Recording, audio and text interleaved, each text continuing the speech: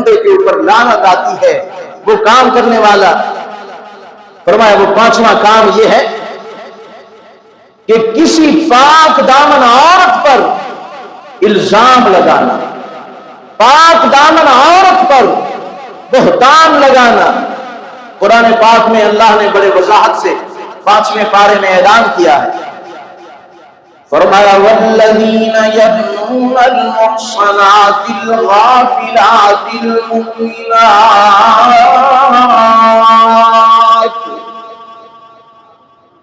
لعنوا فی الدنیا والآخرہ. رب العالمین نے فرمایا جو پاک دامن عورتیں ہوتی ہیں ان عورتوں کے اوپر اگر کسی نے ناجائز الزام لگایا، جھوٹا الزام لگایا، تہمت لگائی، فرمایا وہ بندہ اور اس بندے کی پوری ٹیم جو لوگ کسی پاک دامن عورت کے اوپر الزام لگانے میں شامل ہوتے ہیں، فرمایا ان پر میں دنیا میں بھی اپنی لعنت بھیجتا ہوں اور آخرت میں بھی اپنی لعنت بھیجتا ہوں. کسی پاک دامن پر الزام لگانا. علماء کرام نے کتابوں میں لکھا کہ جس طرح قیامت کے دن پہلی نیک عورتوں کے اوپر الزام لگانے والوں کو اللہ عذاب دیں گے، اسی طرح ان لوگوں کو بھی اللہ سخت عذاب دیں گے جو مسلمان عورت پر، مومنہ عورت پر، پاک دامن عورت پر الزام لگاتے ہیں. آج چھوٹی چھوٹی باتوں پر جہاں بھی بیٹھ جائیں فلاں کے عیب کھول دیے، فلاں کے اوپر الزام لگانا شروع کر دیا.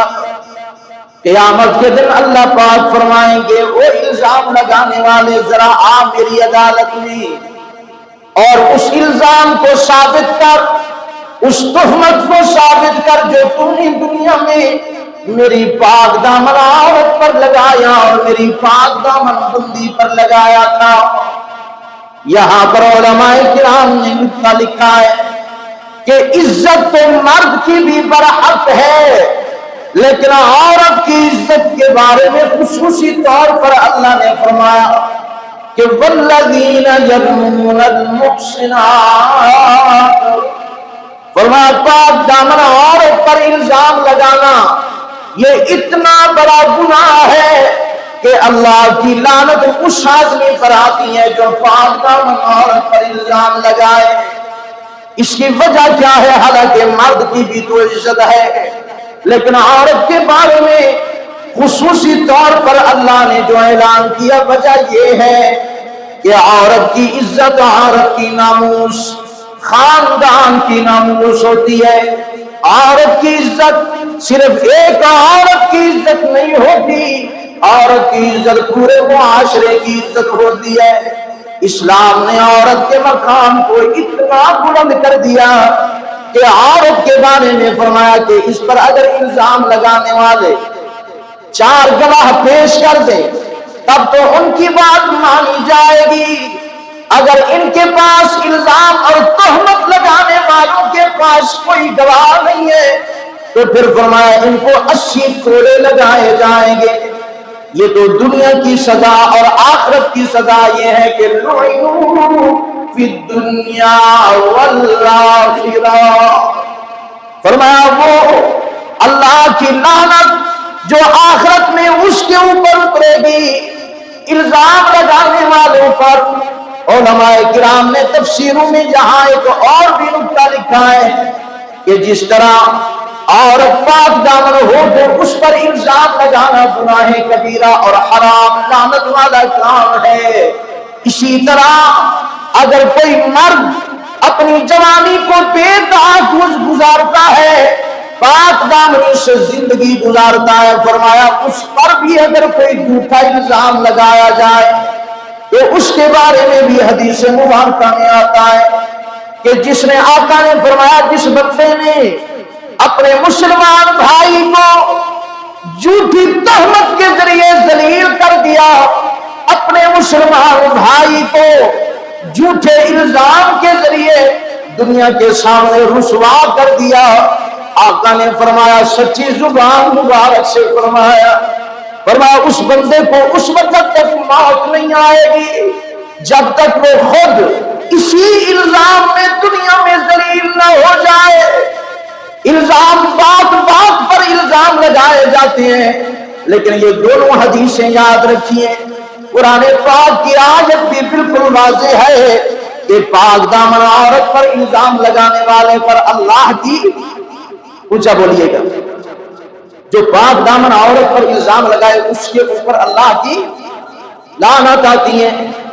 امام اعظم ابو حنیفہ رحمۃ اللہ علیہ کے زمانہ اور ایک عورت کسی میت عورت کو غسل دیتے ہوئے اس نے اس کے اوپر پانی ڈالتے ہوئے یہ لفظ کہے کہ اس کی شرمگاہ معاذ اللہ، اس کی شرمگاہ پتہ نہیں کہاں کہاں بے حیائی کے لیے گئی۔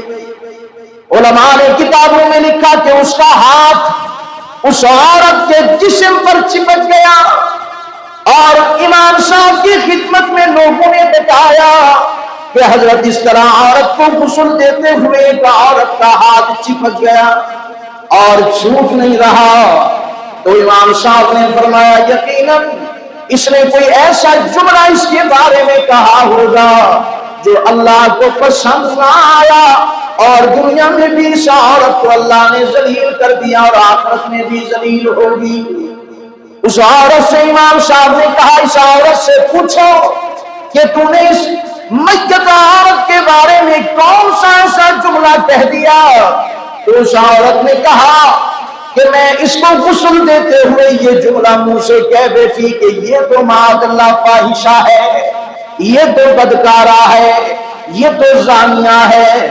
فرمایا اس طرح کا جملہ کہا تو حضرت امام صاحب نے فرمایا دنیا والوں، قرآن کا فیصلہ سچ ثابت ہوا کہ لعنوا فی الدنیا والآخرہ، کہ دنیا میں اس کے اوپر اللہ کی لعنت یہ آئی کہ اس کا ہاتھ نہیں الگ ہو رہا۔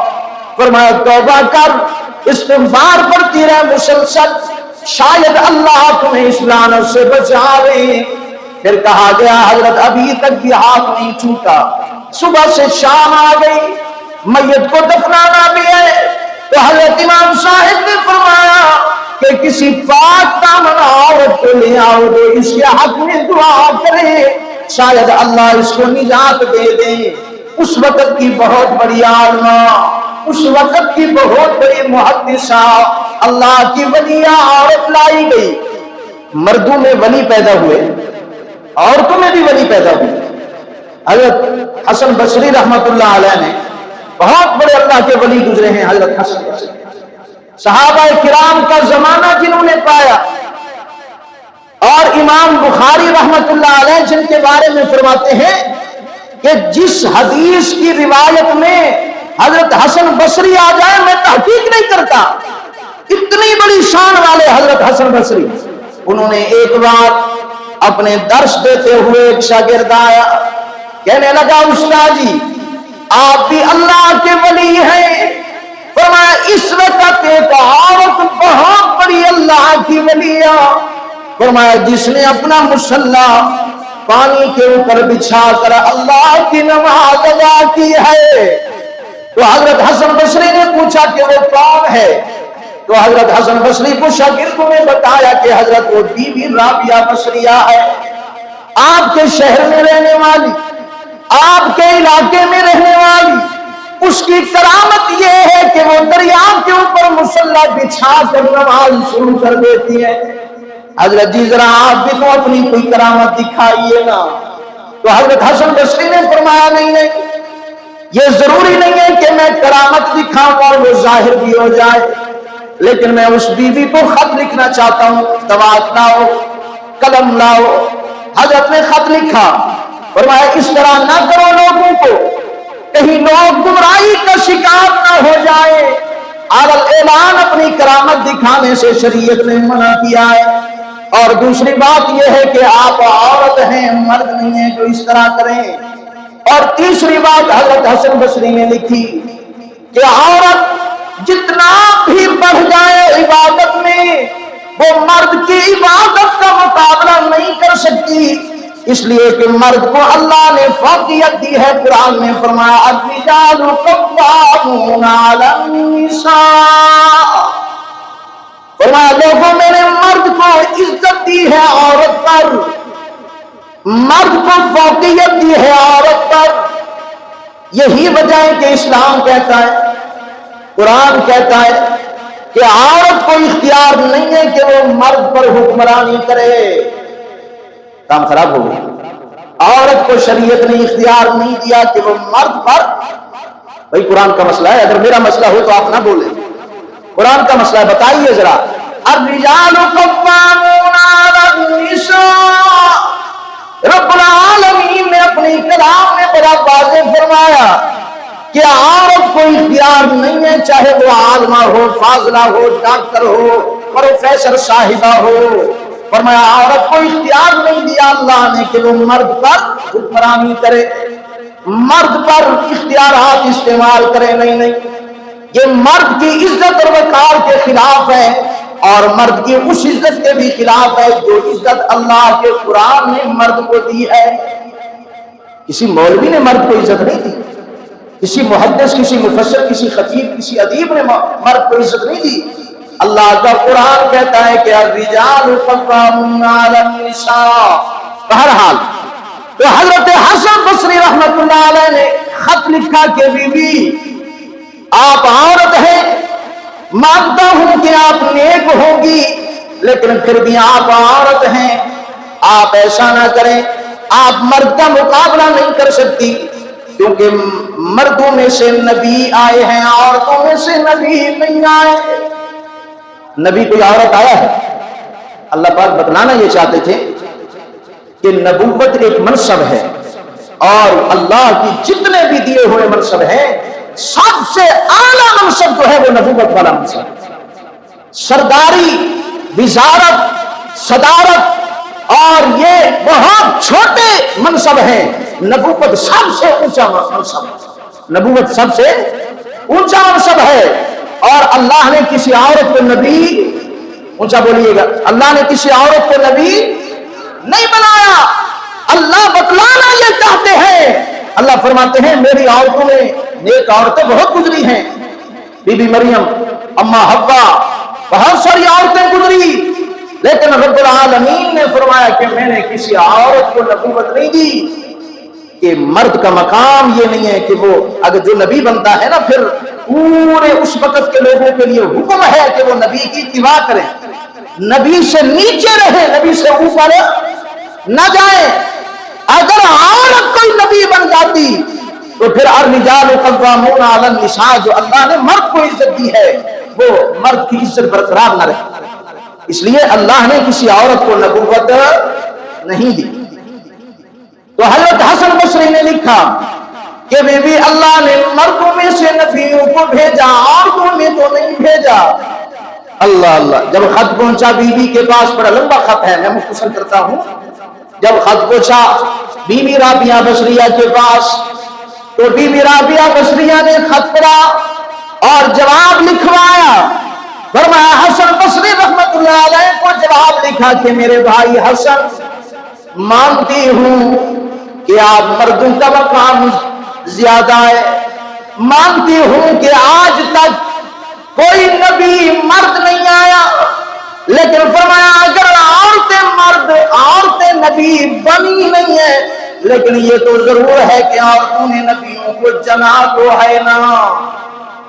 ہر نبی عورت سے پیدا ہوا ہے, ہر سوائے حضرت آدم علیہ السلام کہ ان کو اللہ نے ما یلیق بشان ہی, اللہ کی جیسے شان اللہ نے اپنے ہاتھوں سے بنایا.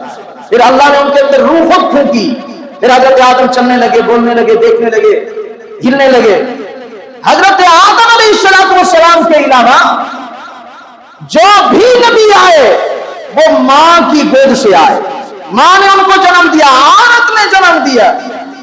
حضرت حسن بصری کو جب خط پہنچا تو حضرت حسن بصری نے کہا کہ واقعتاً یہ اللہ کی ولی ہے, اور انہوں نے پیغام لکھ کے بھیجا کہ اگر آپ میرے ساتھ شادی کرنا چاہیں پیغام نکاح بھیجتا ہوں. تو بی بی رابعہ بصریہ نے خط دوبارہ لکھا. فرمایا مجھے 3 چیزوں کا جواب دے دو پھر میں آپ سے شادی کرنے کے لیے تیار ہوں۔ نمبر 1، فرمایا قیامت کے دن جو اللہ نے مجھ سے سوال کرنے ہیں ان سوالوں کا جواب آپ نے دینا ہے یا میں نے دینا ہے؟ تو حضرت حسن بصری نے فرمایا بی بی ہر بندے نے ہر عورت نے اپنے سوالوں کا جواب خود دینا ہے۔ کوئی باپ اپنے بیٹے کی طرف سے وہاں وکالت نہیں کرے گا، کوئی بھائی اپنے بھائی کی طرف سے وہاں وکالت نہیں کرے گا، کوئی یار اپنے یار کی طرف سے وہاں پہ نہیں بولے گا، بلکہ قرآن کریم کہتے ہیں یوم یفر المرء من اخیہ، فرمایا وہ تو ایسا دن ہوگا کہ بھائی بھائی سے دور بھاگے گا، ماں اپنی بیٹی سے دور بھاگے گی، بیوی اپنے شوہر سے دور بھاگے گی، کوئی کسی کا ساتھ نہیں دے گا، کوئی کسی کی وکالت نہیں کرے گا، کوئی کسی کے حق میں نہیں بولے گا۔ قرآن کریم میں اللہ نے اور جگہ پر بھی بڑی وضاحت سے فرمایا، رب العالمین نے فرمایا کہ قیامت کے دن انسان کے اوپر 8 گواہ بولیں گے۔ قرآن کریم کی سورۃ یاسین میں اللہ نے فرمایا الَّوْمَ نَخْتِمُ عَلَىٰ أَفْوَاهِهِمْ وَتُكَلِّمُنَا أَيْدِيهِمْ۔ رب العالمین نے فرمایا قیامت کے دن انسان کی زبان پر مہر لگا دی جائے گی، اور چلاکی میں بولنے والی زبان، بڑی چرچ لسانی سے دنیا کے بڑے بڑے کیسوں سے نکل جانے والے انسان، آج تیری زبان نہیں بولے گی، تیرے 8 گواہ بولیں گے جن کو تمہارے اوپر رب العالمین نے مقرر کیا تھا، وہ 8 گواہ بولیں گے۔ سب سے پہلے انسان کے ہاتھ بولیں گے کہ اس نے کیا کیا، کیا پکڑتا رہا، حق پکڑتا رہا یا نہ حق پکڑتا رہا، قرآن پکڑتا رہا یا غیر معروف کی طرف ہاتھ بڑھاتا رہا، یہ ہاتھوں نے گواہی دیں گے۔ 8 گواہ انسان پر بولیں گے۔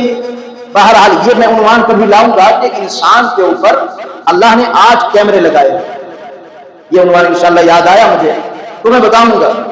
8 کیمرے لگے ہیں انسان کے اوپر، آپ کہیں جائیں یہاں بھی کیمرے لگے ہیں اپنی مسجد باغ والی میں، تو یہاں پہ تو نہیں لکھا لیکن آپ جائیں سرکاری اداروں میں لکھا ہوتا ہے کیمرے کی آنکھ آپ کو دیکھ رہی ہے، یہاں تو ایک کیمرہ لگا ہو اور وہاں لکھ دیں کہ کیمرے کی آنکھ آپ کو دیکھ رہی ہو چاہے وہ چلتا ہی نہ ہو۔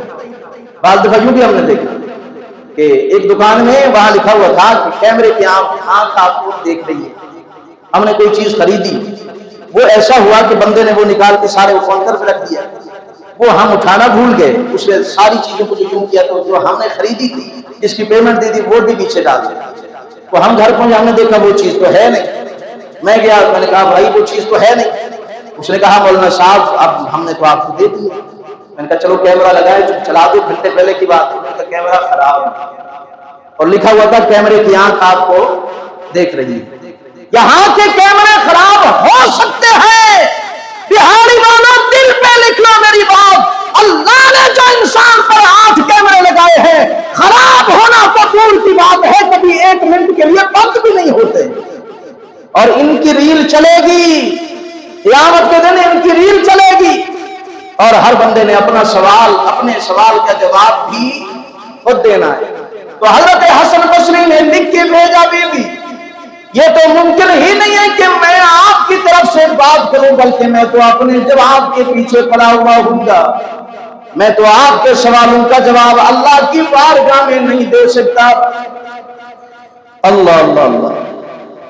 تو بی بی رابعہ بصریہ کو خط پہنچا، بی بی نے پھر خط لکھا، فرمایا میرے بھائی حسن اگر آپ میری ذمہ داری نہیں اٹھا سکتے اور آپ مجھے یہ بھی کنفرم نہیں بتا سکتے کہ اللہ مجھ سے راضی ہے یا نہیں، دوسرا اس کا سوال یہ تھا کہ اگر مجھے آپ یہ بتا دیں کہ اللہ مجھ سے راضی ہے تو میں آپ سے شادی کر لوں گی۔ تو حضرت حسن بصری نے لکھا کہ یہ بھی مجھے پتا نہیں ہے، یہ تو دنیا میں کوئی ولی کوئی غوث قطب ابدال بھی دعویٰ نہیں کر سکتا کہ اللہ مجھ سے راضی ہے۔ بلکہ صحابہ کرام جیسی ہستیاں جن کے بارے میں قرآن کہتا ہے رضی اللہ عنہم ورضوا عنہ، اللہ فرماتے ہیں دنیا کے اندر ساری دنیا کے ولی غوث کتب ابدال جمع ہو جائے، ساری دنیا کے ابدال جمع ہو جائیں، نمازی جمع ہو جائیں، قاری جمع ہو جائیں، عالم جمع ہو جائیں، متقی پرہیزگار جمع ہو جائیں، اور کوئی ایک بھی دعویٰ نہیں کر سکتا کہ مجھ سے اللہ راضی ہو گیا۔ کوئی یہ نہیں کہہ سکتا کہ میں نے اتنی نمازیں پڑھ لی کہ اللہ مجھ سے راضی ہو چکے ہیں۔ آپ حضرات نے خاموشی کا روزہ رکھا ہوا ہے کہ اللہ اکبر، ذرا بولا کرے ماشاءاللہ۔ کوئی آدمی یہ دعویٰ نہیں کر سکتا کہ اللہ مجھ سے، میں اور آپ کو دور کی بات ہے، کوئی ابدال، کوئی غوث، ابدال، وہ بھی دعویٰ نہیں کر سکتا۔ بھائی اگر ساری دنیا کی عبادتیں ایک آدمی کے کھاتے میں لگا دوں اور ساری دنیا کی تلاوتیں ایک آدمی کے کھاتے میں لگا دوں، نامہ اعمال میں لگا دوں، اور پھر اسے پوچھوں کہ تو بتا تجھ سے اللہ راضی ہے، وہ بھی دعویٰ نہیں کر سکتا کہ مجھ سے اللہ راضی ہے۔ لیکن اگلا جملہ سن کر اپنے ایمان کو تازہ کیجئے گا، رب کعبہ کی قسم ساری دنیا کے لوگ مل جائیں، وہ تو یہ دعویٰ نہیں کر سکتے کہ اللہ مجھ سے راضی ہے۔ نبی کا ادنا سا صحابی کہہ سکتا ہے کہ اللہ مجھ سے راضی ہے۔ یہ صحابہ کا مقام ہے بھائی، اسی لیے کہنے والے نے کیا کہا صحابہ کی شان میں، سنا دو بھائی، سبحان اللہ، ذرا محبت میں سنائے ماشاءاللہ۔ کیا لکھتا ہے اللہ والا کہ در فشانی نے تیرے قطروں کو دریا کر دیا، در فشانی نے تیرے قطروں کو دریا کر دیا، دل کو روشن کر دیا، آنکھوں کو بینا کر دیا، اور خود نہ تھے جو راہ پر اوروں کے ہادی بن گئے،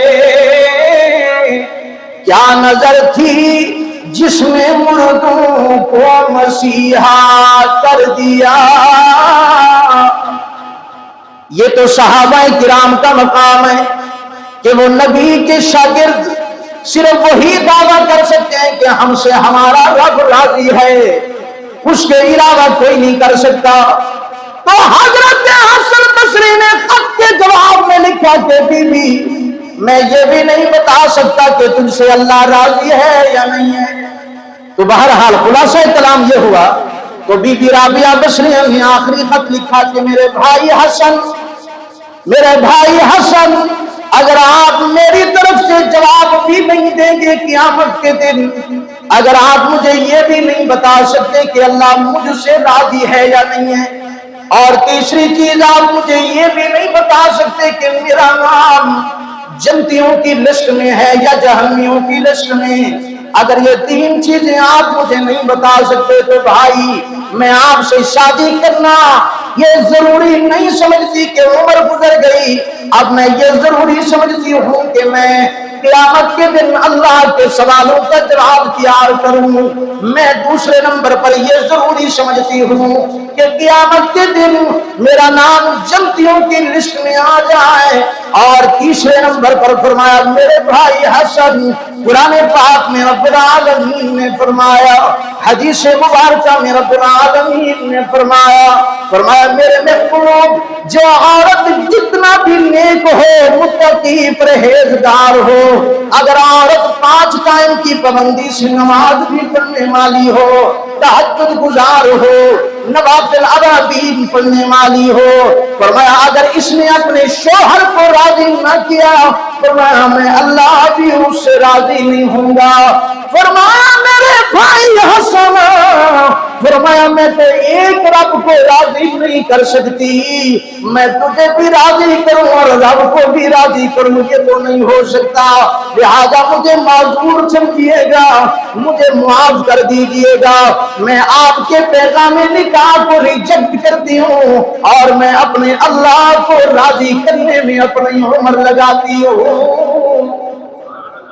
پھر بیوی نے عمر لگا دی۔ یہاں تو بات کہاں سے چلی کہ پانچواں کام جو اللہ کی لعنت والا ہے وہ یہی ہے کہ کسی پاک دامن عورت پر الزام لگانا۔ آج تو چھوٹا سا اختلاف ہو جائے، دوپٹے پر اختلاف ہو جائے تو اس کے سارے کھاتے کھول کے بیٹھ جاتے ہیں۔ ایسا ہے یا نہیں ہے؟ میں بھی اس معاشرے میں رہتا ہوں، آپ بھی اسی معاشرے میں ہو۔ یہ تو نہیں ہے کہ بعد میں مسجد میں آنے والے آسمان سے اتر کے آتے ہو، جمعہ پڑھتے ہو پھر آسمان میں چلے جاتے ہو۔ اللہ کے بندو آپ بھی اس معاشرے میں رہتے ہو۔ ایک چھوٹی سی اختلاف ہوا نہیں عورتوں میں اور ایک عورت دوسری عورت کے وہ عیب کھولنا شروع کر دیتی ہے، اس کی عزت پر حملے کرنا شروع کر دیتی ہے۔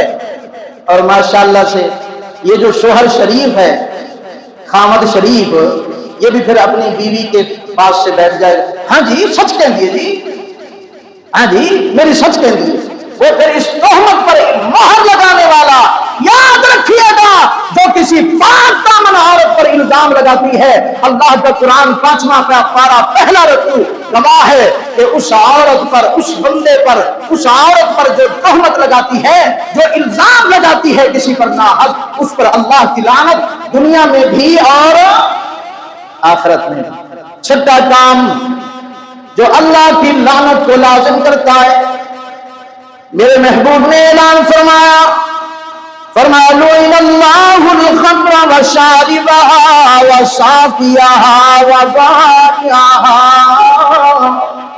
ومتباعيها وحاملها والمحمولة إليه۔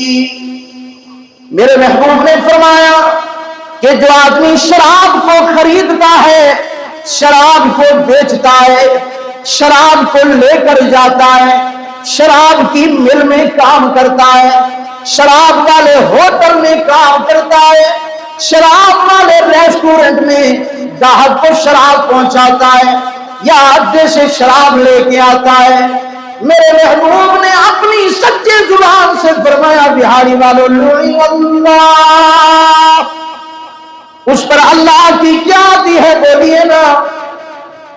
اور یہ وطن پاکستان اسلامی ملک ہے نا۔ پاکستان کا مطلب کیا؟ بہت آہستہ بولتے ہو۔ قائد اعظم کی روح اور ان لوگوں کی روح کو سلام عقیدت پیش کرو جنہوں نے پاکستان بناتے ہوئے یہ نعرہ لگایا تھا کہ پاکستان کا مقصد کیا؟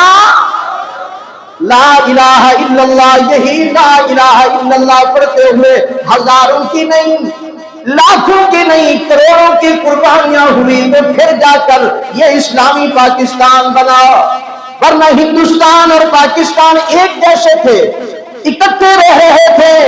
قائد اعظم کو، علامہ شبیر احمد عثمانی کو، شاہ ولی اللہ محدث دہلوی کو کیوں خیال آیا کہ پاکستان ایک الگ ملک ہونا چاہیے، مسلمانوں کا ایک ملک الگ ہونا چاہیے؟ کیوں خیال آیا؟ اس لیے خیال آیا کہ وہ 14 اگست کو باجے بجائیں گے، ایک دوسروں سے زیادہ زور لگا کے باجے بجائیں گے۔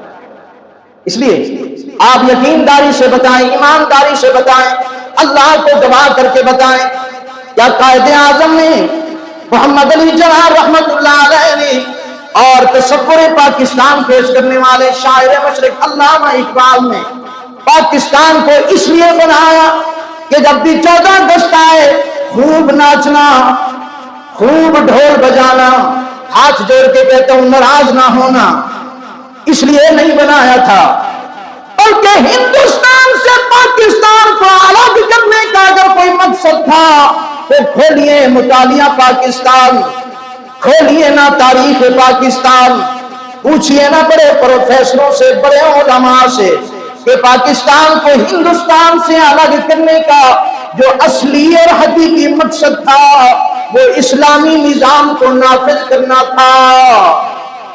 یہی تھا یا نہیں تھا؟ اور مجھے آپ بتائیں اسلامی نظام یہی ہوتا ہے کہ جہاں شراب خانوں کے اڈوں کی اجازت دی جائے۔ اسلامی نظام کہاں ہے؟ آؤ میں تمہیں لے چلوں۔ عمر کے زمانے میں ایک شرابی بندہ شراب لے کے آ رہا ہے اور سامنے آ گئے میرے عمر کے بن کے بولیے، عمر اللہ بڑھا دیں گے، عمر کے بن کے بولو، کہو نہ ذرا سبحان اللہ۔ حضرت عمر ریاست مدینہ کے گورنر تھے اور مسلمانوں کے دوسرے خلیفہ تھے، سامنے آ رہے ہیں، شرابی نے دیکھ لیا، ہاتھ میں شراب کی بوتل، اس نے کہا آج تم مارا گیا نا، آج تم میری خیر نہیں، عمر کوڑے لگائے گا۔ اس نے دل ہی دل میں اللہ سے تار ملا لی۔ قرآن کہتا ہے وَنَحْنُ أَقْرَبُ إِلَيْهِ مِنْ حَبْلِ الْوَرِيدِ۔ اللہ کا قرآن کہتا ہے تمہارے الفاظ لوگوں کی کانوں میں بعد میں جاتے ہیں، تمہارے دل کی سوچ اللہ پہلے پڑھ لیا کرتا ہے۔ فرمایا دل سے اللہ کو بلایا، کہنے لگا میرے مولا عمر بھی آ گیا، شراب بھی ہاتھ میں ہے، کہیں ایسا نہ ہو کہ عمر کوڑے مارنے کا آرڈر جاری کر دے۔ کیوں؟ اس لیے کہ وہ ریاست پاکستان، وہ ریاست پاکستان تھی۔ ماشاءاللہ امتحان میں گڑبڑ ہو گیا، ایسے نا امتحان میں گڑبڑ ہو گیا کہ جہاں حضرت عمر حکمرانی کرتے تھے وہ ریاست پاکستان تھی۔ بولیے اللہ کے بندو، آپ حضرات جاگ کے نہیں بیٹھتے، اس لیے امتحان میں فیل ہونے کا خطرہ ہے، جاگ کے بیٹھیے اور سوال کا جواب سمجھیے۔ سوال میں کروں تو آپ کا جواب آنا چاہیے کہ حضرت عمر جس ریاست میں حکمرانی کرتے تھے وہ ریاست پاکستان تھی یا ریاست مدینہ تھی؟ سب نہیں بولتے آپ حضرات، سب بتائیے ریاست مدینہ۔ اور ریاست مدینہ کے اندر یہ قانون تھا کہ اگر کسی کے پاس شراب پائی گئی تو اس کو 80 کوڑے لگیں گے۔ اور یہاں پر بھی دعویٰ ہوا کہ پاکستان کو ریاست مدینہ بنایا جائے، کیونکہ اسلام کے نام پر حاصل کیا، لا الہ الا اللہ کے نام پر حاصل کیا۔ لیکن ہاتھ جوڑ کے کہتا ہوں او گورنمنٹ پاکستان، آپ بھی مسلمان ہو، آپ بھی نبی کے غلام ہو، آپ بھی قرآن کو ماننے والے ہو، آپ بھی حدیث کو ماننے والے ہو۔ جس حدیث کو آپ مانتے ہو، جس قرآن کو آپ مانتے ہو، جس نبی کا آپ اور میں کلمہ پڑھتے ہیں، اسی نبی نے کہا کہ ریاست مدینہ کے اندر میں محمد کا فیصلہ ہے کہ شراب نہیں ہونی چاہیے، شراب نہیں ہونی چاہیے۔ وہ کون سا اسلامی ملک ہوگا جو ریاست مدینہ کا تصور ریاست مدینہ بھی کہا جائے اور چار ہوٹلوں کو شراب کے لائسنس دیے جائیں؟ یہ کون سا اسلامی ملک ہے جہاں مساجد کو گرایا جائے؟ میں آپ حضرات اس مرکزی مسجد میں بیٹھے ہیں، آپ کی تائید سے میں یہ قرارداد مذمت پیش کرنا چاہتا ہوں اس مرکزی جامعہ مسجد باغ والی کے توسط سے کہ ہم اسلام کے رکھوالے ہیں، اسلام کے نام پر ہمارے بڑوں نے پاکستان کو حاصل کیا تھا، پارکوں کے نام پر نہیں لیا تھا۔ پارکوں کے نام پر قائد اعظم نے یہی کہا تھا کہ ماشاءاللہ پاکستان بنائیں گے، پھر اس میں پارکیں بہت بنائیں گے۔ قائد اعظم نے کہیں یہ فرمایا؟ شاید میرے علم میں نہ ہو، آپ حضرات مجھے بتائیں کہ پاکستان بنانے کے اندر قائد اعظم اور ان کے ساتھیوں نے، رفقان علماء نے یہ کہا ہو کہ پاکستان بنائیں گے اس لیے بنا رہے ہیں کہ وہاں بہت سارے درخت لگائیں گے؟ نہیں، ان کے سامنے قرآن کی آیت تھی، سنا دو قرآن، سبحان اللہ نہیں بولتے سر پہ ہلا دو۔ قرآن پاک میں اللہ نے بتایا الذین مکناہم فی الارض اقاموا الصلاۃ وَإِيتَاءَ الزَّكَاةِ وَيَأْمُرُ بِالْمَعْرُوفِ وَيَنْهَى عَنِ الْمُنكَرِ۔ رب العالمین نے فرمایا میرے مسلمان اور مومن بندے وہی ہیں جب میں ان کو حکمرانی دیتا ہوں کسی ملک کے اندر، کسی زمین کے خطے کے اندر بادشاہت دیتا ہوں، حکمرانی دیتا ہوں، تو وہاں پر وہ مساجد گراتے نہیں ہیں اقاموا الصلاۃ، بلکہ وہ نماز قائم کرواتے ہیں گھروں میں، نہیں مساجد میں۔ جب مسجدیں گراؤ گے تو پھر کہاں نماز قائم کراؤ گے؟ مسجدیں گرانا یہ اسلامی ملک کے امن کو خراب کرنے کے مترادف ہے۔ ہم یہ گزارش کرتے ہیں، ہم یہ اپیل کرتے ہیں، ہاتھ جوڑ کے درخواست کرتے ہیں کہ ملک پاکستان پہلے بڑے مسائل کا شکار ہے، بد امنی، مہنگائی اور اس کے علاوہ رہزنی، کیا کچھ نہیں کیا جا رہا پاکستان میں، لیکن ایک نیا اسلامی لوگوں کا یہ ملک ہے، مسلمانوں کا ملک۔ آپ بتائیں ذرا، پاکستان مسلمانوں کا ملک ہے یا انگریزوں کا ہے؟